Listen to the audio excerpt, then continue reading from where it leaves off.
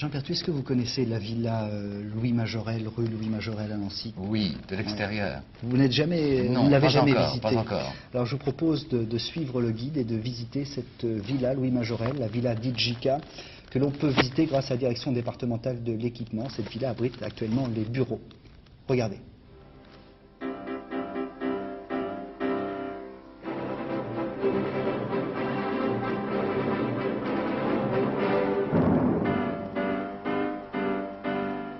L'école de Nancy, cette alliance provinciale des industries d'art, regroupe derrière son fondateur et théoricien Émile Gallet des artistes, artisans verriers, ébénistes, ferronniers, relieurs et des architectes. Leurs noms: Victor Prouvé, Eugène Vallin, Antonin Daume, Émile André, Lucien Wenbourger et Louis Majorel. Ce dernier avait ses ateliers dans une villa, la villa Jica, située dans la rue qui porte actuellement son nom, à Nancy. Une maison construite en 1901 et 1902, curieusement par un architecte parisien, Henri Sauvage, et non pas nancéien.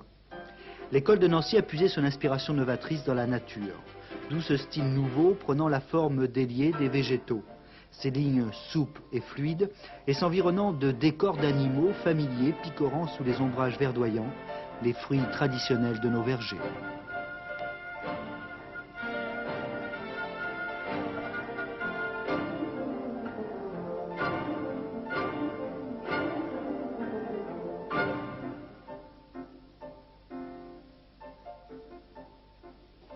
L'architecture est très intéressante du point de vue extérieur. Les ferronneries sont typiquement de l'Art Nouveau, typiquement 1900. Nous trouvons également des vitraux de Gruber, très pittoresques, ainsi que des grès vernissés de Bigot, et le mobilier est de Louis Majorel.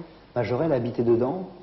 Bien sûr, Majorel était le premier habitant de cette villa, et il a également installé ses ateliers au deuxième étage. Alors qui a demandé les plans? Qui a fait les plans? Alors justement, il y a un petit problème à ce niveau-là. Disons qu'on se pose beaucoup de questions du fait que c'est l'architecte Henri Sauvage, qui est un architecte parisien, qui a créé les plans de cette villa. Alors qu'à Nancy, il y avait également des architectes qui auraient très bien pu concevoir les plans de cette villa, bien sûr. Alors la plus belle pièce intérieure, c'est la cheminée? La cheminée est tout à fait superbe de par sa hauteur, de par sa conception. Et ce qui est assez étonnant, c'est qu'elle est centrale. Chose assez exceptionnelle pour l'époque.